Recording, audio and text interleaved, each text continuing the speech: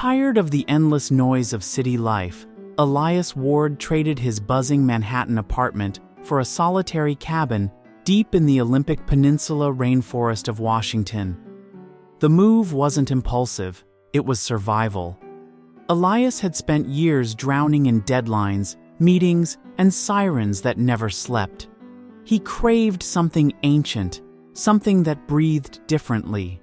Now, his mornings were filled with mist curling through towering cedars and the low rumble of rivers fed by distant glaciers.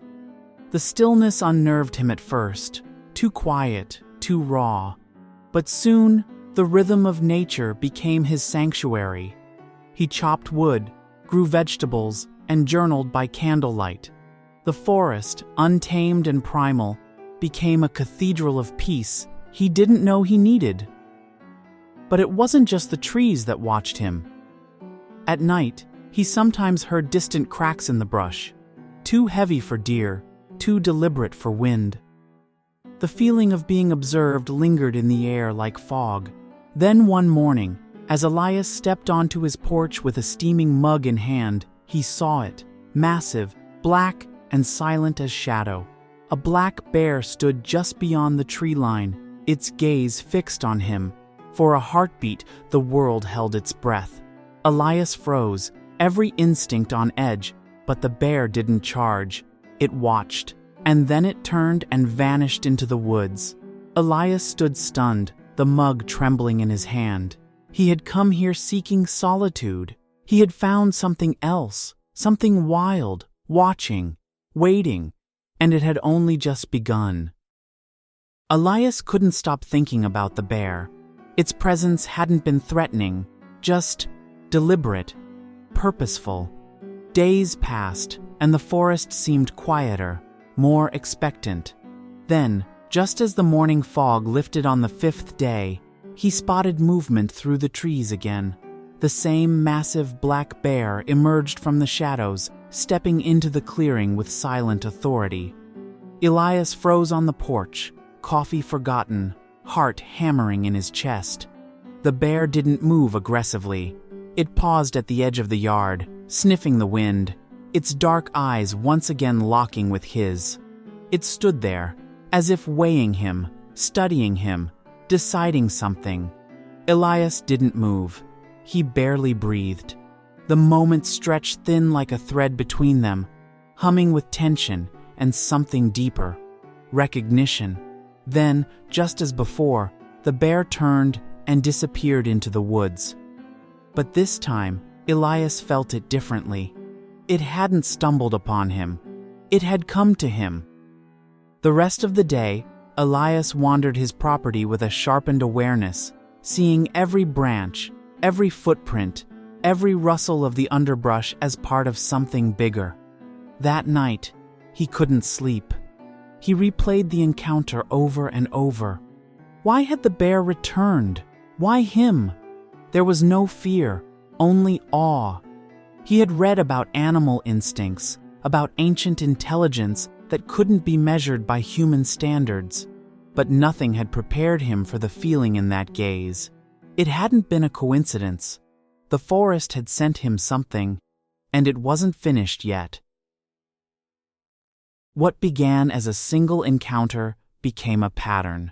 Every few days, like clockwork, the bear would return, always at dawn or dusk, always quiet, always watching.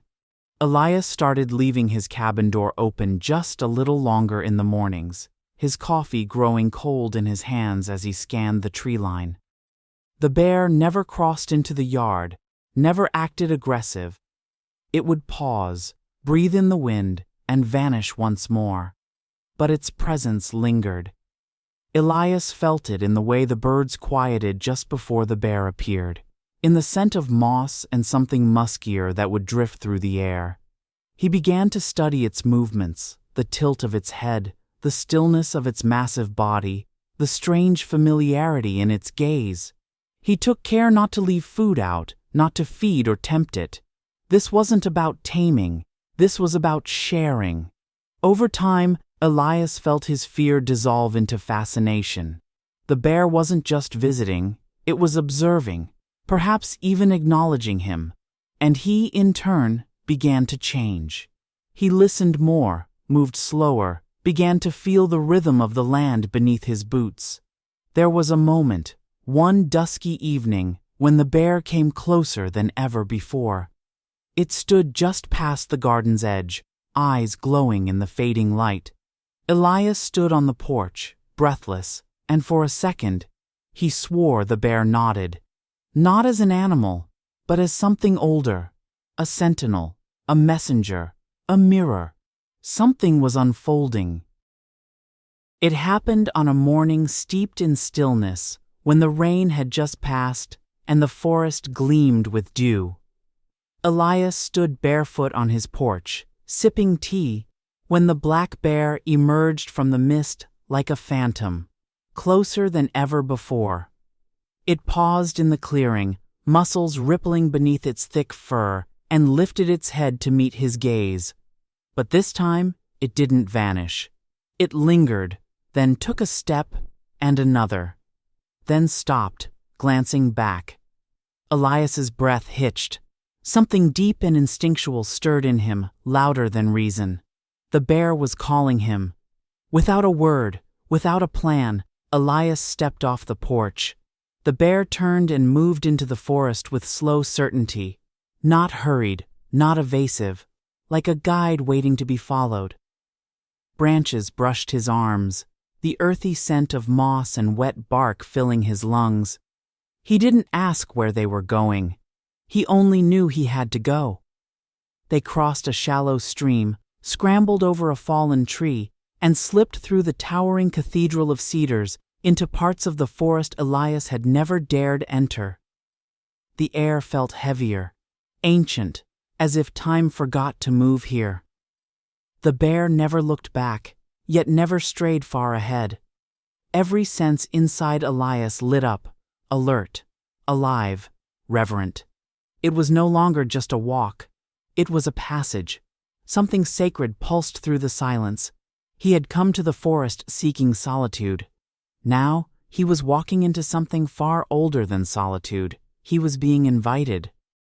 The forest grew denser as Elias followed the bear, each step muffled by moss and fallen needles.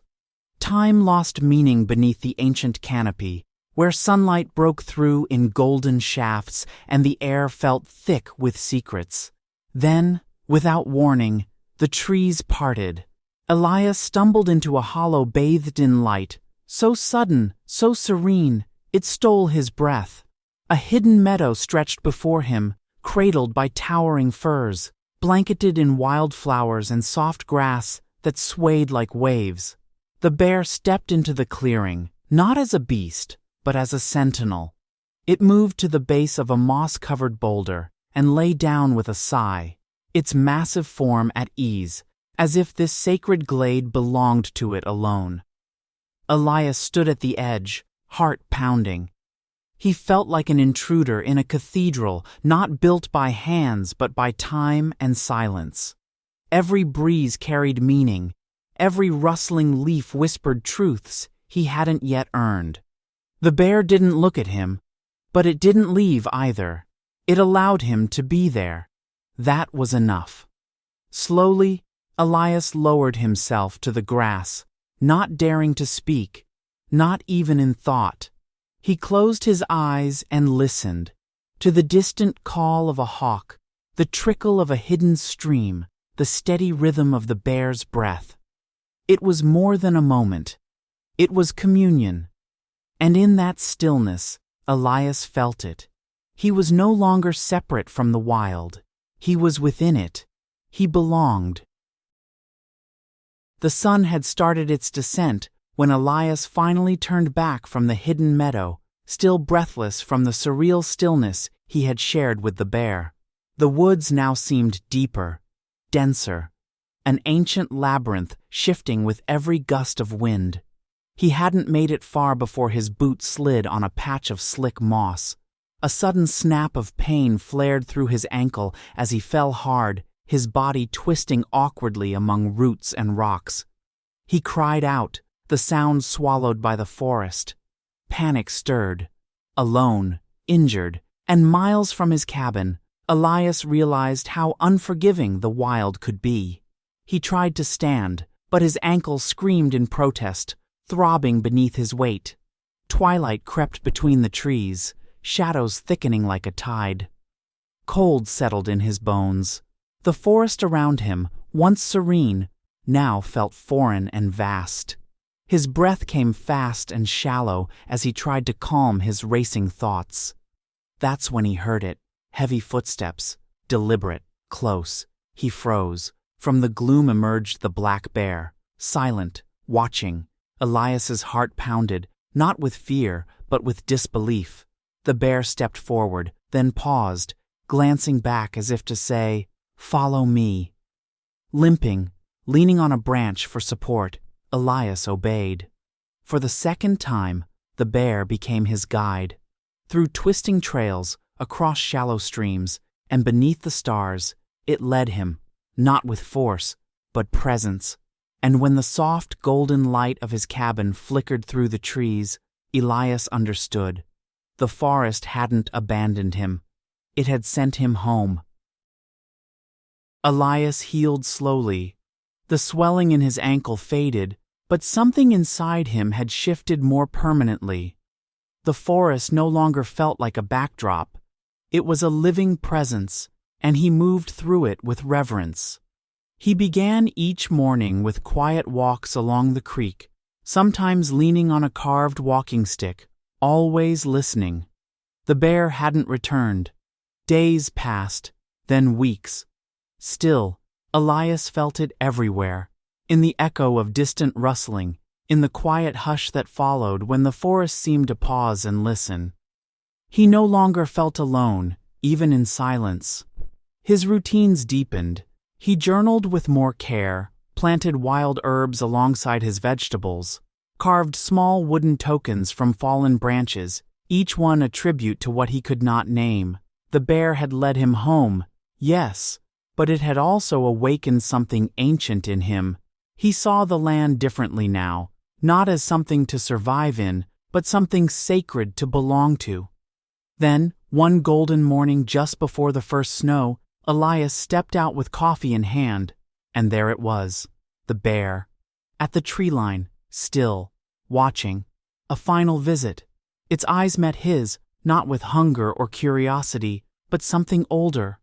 Understanding. No steps forward, no sound, just a moment held in the golden light. Elias bowed his head, not in fear, but in gratitude. When he looked up, the bear was already turning, disappearing once more into the vast cathedral of trees. This time, Elias did not follow. He didn't need to. In the days that followed the bear's final visit, Elias moved through the forest as if it were a memory he didn't want to wake from. The silence felt different now, not empty, but full. He no longer scanned the tree line or strained to hear heavy footsteps. He didn't need to. The bear had become something more than a creature. It was a presence stitched into the very soul of the wilderness, and somehow into his own. Elias returned to his rhythms, chopping wood, tending to the garden, journaling by lamplight, but with a newfound stillness in his spirit. The bear had led him through a journey not of survival, but of surrender. And now, having returned him to his life, it had stepped away, trusting that he had learned what he needed to. He thought often of that meadow, of the golden light, of the moment they had locked eyes. Not a sound had passed between them, yet it spoke louder than any word ever could. Some evenings, as the sun dipped low and shadows stretched long, Elias would sit by the creek and whisper a quiet thank you, not for protection, not even for guidance, but for presence. For reminding him that life isn't about mastering the wild or taming the unknown. It's about standing still long enough to feel its breath on your skin. The bear had given him no answers, only a path. And Elias had learned that sometimes that was more than enough. In the end, Elias didn't find meaning in grand gestures or loud revelations. He found it in the silent gaze of a black bear, in the hush of a hidden meadow, in the rhythm of footsteps through moss-covered earth. Nature didn't speak in words, it spoke in presence, in stillness, in the way it allowed him to be part of something timeless without asking for anything in return. That's the lesson. Sometimes the greatest truths aren't discovered, they're remembered. Life isn't always about chasing answers or proving yourself. It's about being, fully, quietly, and respectfully, in the spaces that matter. When you let go of the noise, when you finally listen, the forest speaks. And if you're lucky, something wild just might listen back. If this story touched your heart, if you felt the magic in it, don't forget to like the video. It helps more people discover stories that matter.